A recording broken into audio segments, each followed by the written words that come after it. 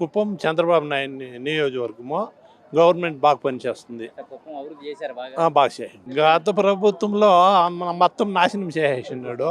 ఇప్పుడు బాగా అభివృద్ధి బాగుంది. కట్టుకున్నాడు. ఎట్లా అనిపిస్తుంది మీకు? బాగా అనిపిస్తుంది. మాకు ఒక ముఖ్యమంత్రి మా నియోజకవర్గంలో ఉన్న ఇల్లు కట్టుకున్నాడు అంటే మాకు చాలా సంతోషం. బాగా జరిగింది. బాగా జరిగింది. మాకు సంతోషం అనిపిస్తుంది. కడపలో వాళ్ళు ఆపత్తుగా బెదిరించి పెట్టుకొని ఉండరే, ఈరోజు వాళ్ళు కూటమి వచ్చి ఈడే పెట్టినారు. బాగుంది. గవర్నమెంట్కి ఏమి పరుగులు పెడుతున్నది కూటమి ప్రభుత్వంలో.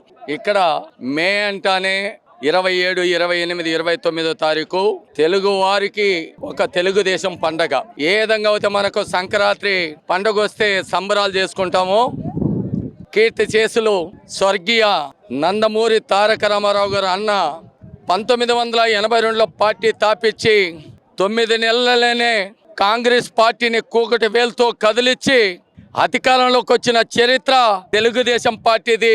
ఆ పసుపు జెండాదని కూడా మీ మీడియా ద్వారా కూడా తెలియజేస్తున్నా. నిన్న మొన్న చూస్తున్నాం, ఈ యొక్క సైకో ముఖ్యమంత్రి, మాజీ ముఖ్యమంత్రి, ప్రతిపక్ష హోదా లేని ఒక పిల్లి.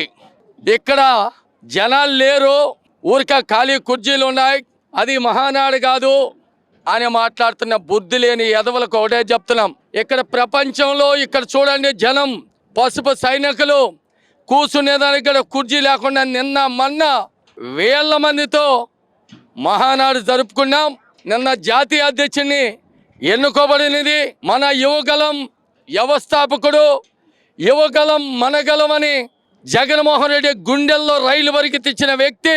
కుప్పం నుంచి మొదలు పెడితే శ్రీకాకుళం వరకు నిలపకుండా పాదయాత్ర చేసిన చరిత్ర కలిగిన యువ నాయకుడు, మంత్రివర్యులు నారా లోకేష్ బాబు గారిని వర్కింగ్ కమిటీ అధ్యక్షునిగా నియమించారు. ఆ రోజే చూసాం ఏ విధంగా యువగలం. మేము ఒకటే చెప్తున్నాం, రెండోది చెప్పలా. అసలు మతి ఉండోడు, మానవత్వం ఉండోడు, బుద్ధి, జ్ఞానం, రాజకీయం అనుభవం వ్యక్తి అవుతే నిన్న జనాన్ని, మొన్న జనాన్ని ఖాళీ కుర్చీలు ఎప్పుడో జనం లేనప్పుడు 8 గంటలకు వచ్చో 7 గంటలకు వచ్చో తెల్లజామున కుర్చీలను ఫోటో కొట్టుకొని నీతి నిజాయితీ లేని ఒక పేపరు, ఒక నాయకుడు రాయటం వాళ్ళకే పరాకాష్ట అని కూడా మీ మీడియా ద్వారా కూడా తెలియజేస్తున్నా. అధికారం అంటే, అభివృద్ధి అంటే చేసి చూపించే వ్యక్తి నారా చంద్రబాబు నాయుడు. ఎందుకనో మనం చూసాం, 2020 అంటేనే ఉమ్మడి రాష్ట్రంలో చరిత్ర తిరగరాసిన వ్యక్తి, చరిత్ర సృష్టించిన వ్యక్తి. హైదరాబాద్ని ఒక ఎడారిగా ఉన్న ప్రాంతాన్ని, అడవి గుండ్లు గోపురాలు ఉన్నదాన్ని అక్కడ ఐటీ సిటీ కట్టాలంటే అప్పుడు పెద్దలు ఏ విధంగా నిర్మాణం చేస్తారంటే చేసి చూపిస్తానని ఐటీ నిర్మాణం చేసిన చరిత్ర చంద్రబాబు నాయుడుది. హైదరాబాద్ కట్టించిన చరిత్ర చంద్రబాబు నాయుడుది. ఔటర్ రింగ్ రోడ్ నిర్మాణం చేసిన చరిత్ర చంద్రబాబు నాయుడుది. అదేవిధంగా శంషాబాద్ ఎయిర్పోర్టు నిర్మాణం చేసిన చరిత్ర చంద్రబాబు నాయుడుది.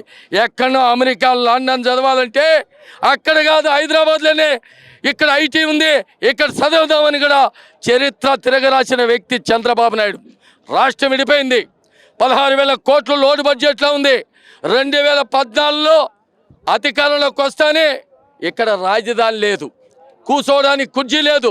ఆయన యొక్క ముందు చూపుతో, ఆయనకుండే సమర్థంతో అక్కడికి వచ్చి రైతుల్ని అడిగాడు, అమ్మా రైతు సోదరులారా, రైతన్నలారా, మీ పంటలేమో 3 పంటలు పండుతున్నారు, మన 5 కోట్ల మందికి రాజధాని లేదు, సెక్రటరియట్ లేదు, హైకోర్టు లేదు, డీజీపీ ఆఫీస్ లేదు, రాజభవనం లేదు, మనం ఎట్లా బతకాలంటే, సార్ నీ మీద నమ్మకం ఉంది, మేమే బతికేది కాదు, మా కుటుంబాలు 29 గ్రామాలే కాదు, 34,000 ఎకరాలే కాదు, నీ కోసం 100,000 ఎకరాలైనా ఇస్తాం, రాజధాని కట్టమని ల్యాండ్ కూలింగ్ ఇచ్చిన చరిత్ర రైతులది, నారా చంద్రబాబు నాయుడుది. అటువంటి రాజధాని నిర్మాణం చేస్తే ఒక పిచ్చోడు ప్రతిపక్ష నాయకుడిగా ఉన్నప్పుడు అసెంబ్లీలో వచ్చి ఏం చెప్పాడు మీరంతా చూశారు. నేను ప్రాంతాలకు చిచ్చి పెట్టను, 50,000 ఎకరాలు ఉండాలి, ఇక్కడనే ఉండాలి, నీ మాట తప్పను, నీ మడవ తిప్పను అని చెప్పిన పిచ్చోడు అధికారంలోకి వస్తానే 3 రాజధాని పిచ్చాట్లాడింది ఎవరు? ఈ పిచ్చోడు కదా. ప్రజలకు సంబంధించిన ప్రజా ఏదికని కూలగొట్టినప్పుడే ఆయన పతనం అయింది. రెండోది రైతులతో పెట్టుకున్న వాళ్ళు చరిత్రలో ఎవడు మిగిల 3 పంటలు పండే భూముల్ని రైతులు ఇస్తే అన్నబెట్టి అన్నదాతని బేడి లేపించి బూట్కాలతో దండిచ్చి రైతులను లాఠీ చేపించిన ఒక పిచ్చోడు ఎవరంటే ఈ యొక్క జగన్మోహన్ రెడ్డి అన్నాడు.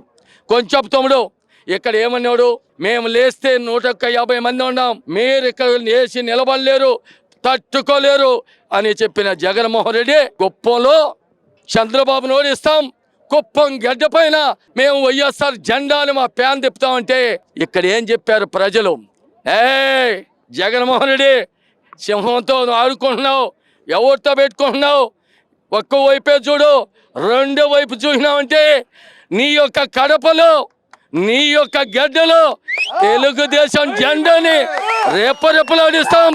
పులివెందుల గడ్డలోనే రామ్ గోపాల్ రెడ్డి ఎమ్మెల్సీ జెండా ఎగిరేసినాం. రెండోది 2024లో కడప జిల్లా అంటే వైఎస్ఆర్ అడ్డగా ఉంది, అటుమింటి వైఎస్ఆర్ అడ్డ, తెలుగుదేశం అడ్డ. ఇక్కడ 8-7 సీట్లు తెలుగుదేశం పార్టీ జెండా ఎగిరే.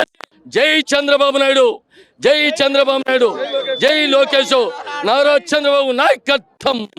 అమరావతిని అవలీలుగా పైకి తెచ్చే వ్యక్తి ఎవరంటే చంద్రబాబు నాయుడు అనే ప్రపంచం పటంలో అమరావతిని ఒక గుర్తింపుగా నిలబెట్టిన వ్యక్తి చంద్రబాబు నాయుడు. దానికి తోడు లోకేష్, ఐటీని ఎంత పైకి తేవాలన్నా లోకేషే. ఈరోజు ఒక ఇంట్లో ప్రతి ఇంట్లో ఒక శ్రామికుడు ఉన్నాడు అంటే 2,000 3,000 ఉండేవాడు ప్రతి ఇంట్లో. కానీ ఇప్పుడు 1,50,000 1,60,000 3 లక్షల జీతం తీసుకునే వాళ్ళు కూడా ప్రతి ఇంట్లో ప్రతి పల్లెలో ఉన్నారు. ఆ రూపమాపిన వ్యక్తి ఒక చంద్రబాబు నాయుడికే దక్కుతుంది.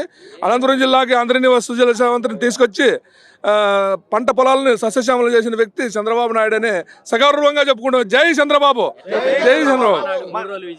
మహానాడుకు 3 రోజులు విజయవంతంగా జరగాలని కోరుకుంటూ ఈ మహానాడును గుంటకల్లు నియోజకవర్గము గుమ్మనూరు చేరాం. జై చంద్రబాబు, జై తెలుగుదేశం. మాది విజయనగరం జిల్లా విజయనగరం కాన్స్టిట్యున్సీ అండి. శ్రీమతి మా ఎమ్మెల్యే గారు అతిథి విజయలక్ష్మి గజపతి రాజు గారు. మేము మహానాడు చూడడానికి విజయనగరం నుంచి బస్సులో వచ్చామండి. చాలా ఆనందంగా ఉన్నదండి. మహానాడు ఇక్కడ ఏర్పాట్లు గట్రా చాలా చక్కగా జరిగాయి. పండగ వాతావరణంలో ఇక్కడ కనిపిస్తుంది. అలాగే ఇవాళ ప్రధాన ఘట్టం మేము కోసం ఎదురు చూస్తున్నాం.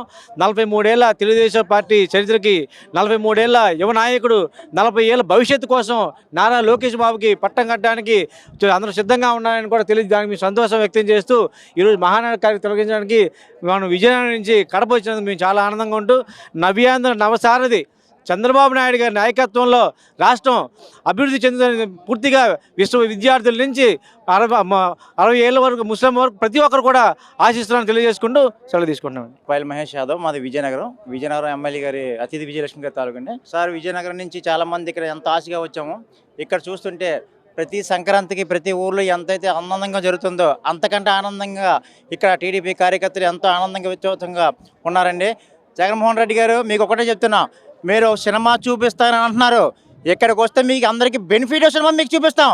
అంత గట్టిగా ఉంది ఇక్కడ ప్రదేశం. ఇక్కడైనా సరే ప్రజలకు ఏం కావాలి, ఏం చేస్తే ప్రజలు మన్నలు పొందుతారని ఆలోచించుకొని ఆ 11 సీట్లు కూడా తగ్గకుండా చూసుకుంటారని మా పండుగ తరపున మీకు మంచి గుర్తింపు చూపిస్తున్నాం.